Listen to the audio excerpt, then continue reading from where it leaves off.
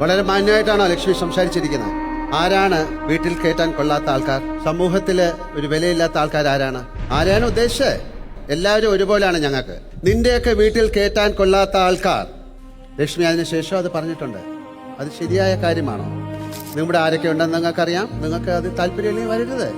പക്ഷെ അത് ഭയങ്കര റോങ് ആയിട്ടുള്ളൊരു സ്റ്റേറ്റ്മെന്റ് അല്ലേ? ആരെ ഉദ്ദേശിച്ചാണ് പറഞ്ഞത്? ഇതിന് ആൻസർ ചെയ്തേ പറ്റൂ. അവിടെ ആവശ്യമില്ലാത്ത എത്രയോ കാര്യങ്ങൾക്ക് വഴക്കുണ്ടാക്കുന്ന എത്രയോ പേര് അവിടെ ആണുങ്ങൾ ഇരിപ്പുണ്ട്, പെണ്ണുങ്ങൾ ഇരിപ്പുണ്ട്.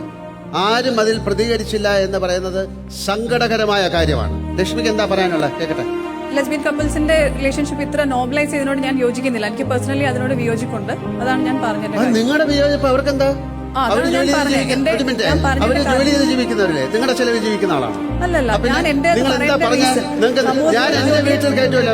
അവര് എന്റെ വീട്ടിൽ വന്നിട്ട്